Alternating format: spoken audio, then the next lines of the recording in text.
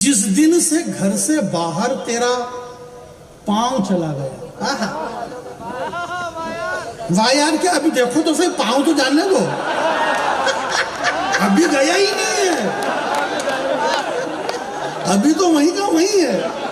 हमारी माता बहनें यहाँ पर बैठी हुई है और बहुत कम बैठी हुई है, और सिर्फ 2-4 हमारी आदरणीय बैठी हुई है जो उदयपुर से जिनका संबंध है, जिनकी जन्मभूमि और आपकी भी उदयपुर से, तो इस चक्कर में भी नहीं बुलाया गया है। ऐसा कुछ नहीं शशि भैया, आज आपको पूरे देश में संचालन के लिए क्यों बुलाया जाता है? क्योंकि हिंदुस्तान के अंदर ये मध्य प्रदेश मालवा अंचल है, जहां से माणिक वर्मा, बालकवि बैरागी जी और सत्यनारायण सत्तन के बाद में एक बड़ा संचालक शशिकांत यादव अच्छा संचालन करते हैं, इसीलिए आपको लोग लाल किले तक बुलाते हैं कि नहीं बुलाते? तो भुवन मोहिनी को इसलिए थोड़ी बुलाया कि ये वहां की उदयपुर की है तो इनको बुला लिया जाए। इनको इसलिए बुलाया गया कि ये वाकई में एक बड़ी कवियत्री है, इसलिए इन्हें बुलाया गया। अगले प्रोग्राम में जब भी आपका नंबर आए तो आप भी ऐसा बोलना कि जानी बैरागी एक बड़े कवि, इससे क्या है कि भाईचारा बना रहता है, इससे भाईचारा बना रहता है। परंतु अब क्या है कि चाहे दुनिया भर की डिग्रियां इन्होंने कितना बनाए थे, इनको अब्दुल कलाम साहब ने सम्मानित करा, अटल बिहारी वाजपेयी जी ने सम्मानित करा, और इसके बाद इनके जीवन में सबसे एक अच्छे दोस्त मिले शशिकांत यादव। बोले मेरे सबसे अच्छे दोस्त शशिकांत यादव, और मेरे सबसे अच्छे दोस्त भुवन मोहिनी। घुमा फिरा के मामला इनके वो और मेरे, और इनको यही मालूम नहीं कि ये जिसके दोस्त इनका पता नहीं और कौन। ये मध्य प्रदेश, अब ये उदयपुर में रहता है, उदयपुर वालों आपको मालूम ही नहीं कि मध्य प्रदेश प्यार करने में ही रह गया है। हम प्यार ही इतना करते हैं। ये विधायक तो ठीक, हमारे यहाँ 30 सांसद है, 30 सांसद को भाजपा ने इतना प्यार किया कि वहां कोई अगरबत्ती लगाने वाला ही नहीं मिल गया छिंदवाड़ा में। धीरे प्यार प्यार। अगर आदमी की मर्जी वो होगा कांग्रेस में प्यार करे तो भी प्यार रिटर्न होके वापस भाजपा में ही आता है। हमारे यहाँ तो मध्य प्रदेश में प्यार ही इतना बताइए, जिस दिन से घर से बाहर तेरा पांव चला गया, अब देखो धीरे धीरे पांव कैसे जाता है। आप लोगों ने मेरे को डूबे, मेरी माता बहने, मेरे भाई, दुनिया में हमारे दिनेश भाई बता रहे थे जैसे कि ये अश्लीलता, दुनिया में अश्लीलता ये नहीं है जो मुंबई से निकलने वाली फिल्मी दुनिया की पैरोडियों की बात करने वाले, उस मुंबई से निकलने वाली अश्लीलता, शायद उन लोगों को ये पता नहीं कि दुनिया में नग्नता सिर्फ 2 ही अच्छी लगती है।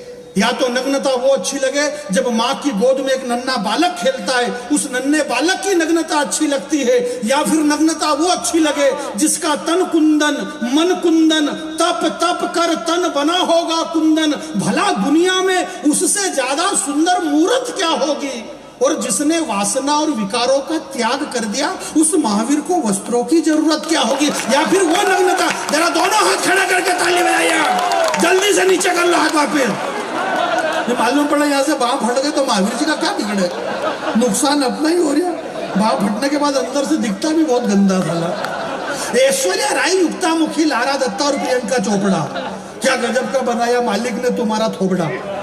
तुम सबके सब विश्व सुंदरी का खिताब जीती, पर सही सही बताना तुम्हारे साथ क्या क्या बीती। तुम सबके सब विश्व।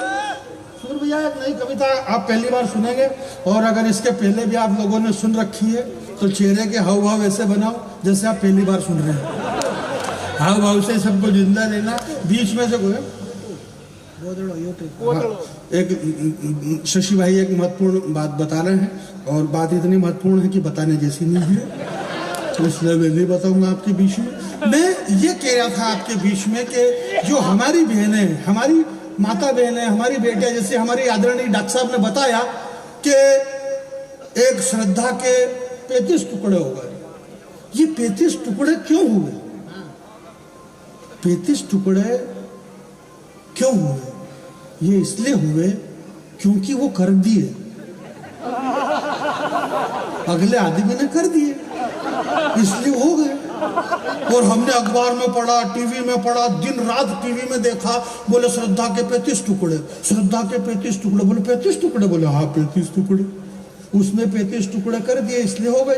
इस देश के अंदर ऐसी बात, जैसे हमने राम पे, हमारे अमन भाई ने जो राम पे कविता पढ़ी, बाबा तुलसी से लेके वाल्मीकि से लेकर के दुनिया के ऐसा कोई व्यक्ति नहीं जिस सृष्टि के नियंता, ब्रह्मांड के नियंता श्री राघवेंद्र सरकार के चरणों के नीचे सैकड़ों ब्रह्मांड दबा हुआ है। वो भगवान श्री राम 500 वर्ष तक तंबू के अंदर बैठे रहे और 500 वर्ष बाद अगर तंबू से निकल करके 22 जनवरी को वापिस अवध में आते हैं तो पूरे देश के अंदर एक ही कैसेट बजी, मेरे भाई मेरी झोपड़ी के बाग खुल जाएंगे, मेरे राम मेरे घर आएंगे। बात ये नहीं है, बात दूसरी सवाल दूसरा खड़ा हो गया और सवाल ऐसा खड़ा हो रहा है कि वो सवाल बैठने के लिए तैयार नहीं कि 500 साल तक राम तंबू में और 500 साल बाद राम वापिस आ रहे हैं तो झोपड़ी में, तो राम कभी तंबू में कभी झोपड़ी में। सवाल ये खड़ा हो रहा मेरे भाई। मैं आपके बीच में एक सवाल छोड़ करके जाऊंगा। इस श्रद्धा के जो 35 टुकड़े हुए, यहाँ जितने लोग, ये हिंदी की साहित्यिक नगरी है सुधीर भैया, मैं साहित्यिक नगरी में ये कह रहा हूं कि 35 टुकड़े क्यों हुए?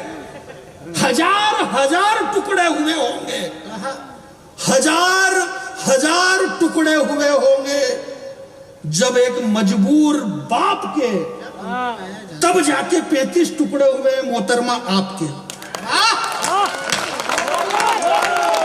तालियां कमजोर है आपकी। हमारे आदरणीय डॉक्टर साहब ने कहा कि लोग ये कहते हैं कि लड़के बाढ़ में फेंक, नहीं, लड़के बिल्कुल बाढ़ में फेंके नहीं आए। लड़के का धर्म है कि हम बहनों की रक्षा करें।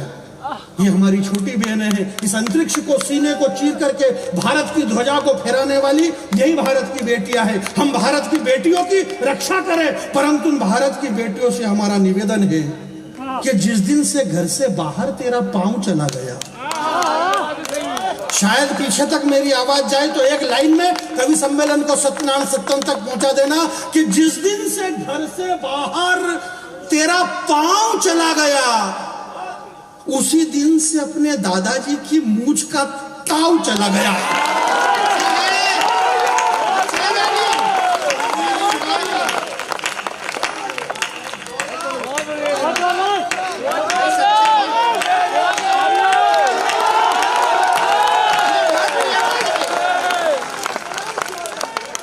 जिस दिन से घर से बाहर, ये मैंने कहा कि 17 लाख साल पहले ये आचार संहिता लगा रखी है कि पांव को बाहर मत रखो। और लक्ष्मण जी ने, धरणीधर लक्ष्मण जी ने यही बात कही कि माते चरण को अंदर रखो। अब वो माता जी थी तो लक्ष्मण जी ने चरण बोला, अब ना तो माता बची ना लक्ष्मण बची, तो अपन तो पांव ही बोलेंगे।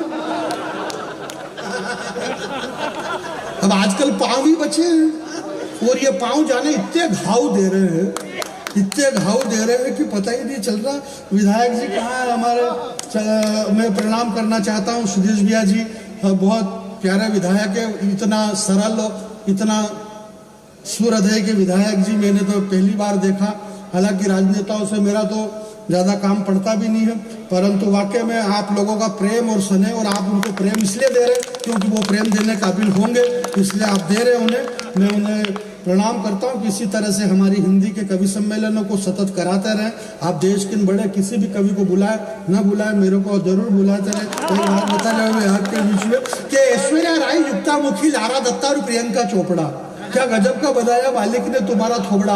तुम सबके सब विश्व सुंदरी का खिताब जीती, पर सही सही बताना तुम्हारे साथ क्या क्या बीती। अरे ऐश्वर्या राय, तूने सिर्फ सुंदरी शब्द चुना है, विश्व सुंदरी का नाम तेरे बाप ने भी नहीं सुना है। विश्व सुंदरी का नाम सुनेगा तो अपने आप को भूल जाएगी, और विश्व सुंदरी का चरित्र सुनेगा तो तेरी आंखें खुल जाएगी। विश्व सुंदरी बनने के लिए जमाने से जूझना पड़ता है, और विश्व सुंदरी बनने के लिए धधकते अंगारों पे कूदना पड़ता है। विश्व सुंदरी तो वो चित्तौड़ की महारानी पद्मिनी थी जिसकी सुंदरता के आगे आईना तक टूट गया था।